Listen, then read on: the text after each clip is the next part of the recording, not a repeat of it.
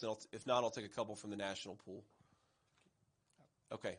Sir. Senator Vance, Chris Cameron at the New York Times, you were talking about the relationship between crime and immigration, and my question is on that issue. Please. In an interview when you were running for Senate in September 2021, you were speaking with Jack Murphy, and you were talking about previous waves of immigration to the United States. You said the following: you had this massive wave of primarily Italian, Irish, and German immigration, and that had its problems and that had its consequences. You pointed to these problems as being higher crime rates, ethnic enclaves, and inter-ethnic conflict. Should the United States have prescribed similar policies to what you're proposing now, including mass deportation, to deal with those issues? Well, first of all, I also said there were a lot of benefits to that wave of immigration, but has anybody ever seen the movie Gangs of New York? That's what I'm talking about.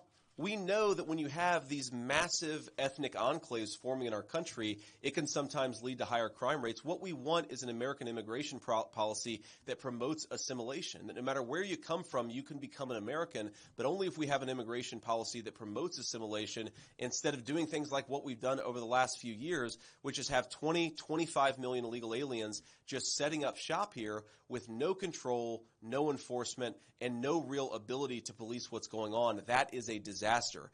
And in fact, what we did back in the early 20th century is that we recognized, and I think that we have to do that today, we recognize that at a certain level, America is a welcoming country to immigrants, but can only take so many people. We cannot take the entire world into this country. And I think that we're at a stage right now where we have to say we've got to slow those illegal immigration levels to zero. We do have to deport some people who have come here illegally. And I think that will promote assimilation and a common American culture that's in the best interest of everybody. Look, I'm married to the daughter of South Asian immigrants. One of the reasons why I think that we have such a wonderful and successful marriage is because we both very much feel like America is our home, like our children belong here. What happens when you have massive amounts of illegal immigration, it actually starts to create ethnic conflict. It creates higher crime rates. We've certainly seen that over the last few years, and I would like to stop it, and I know Donald Trump would too. Sir.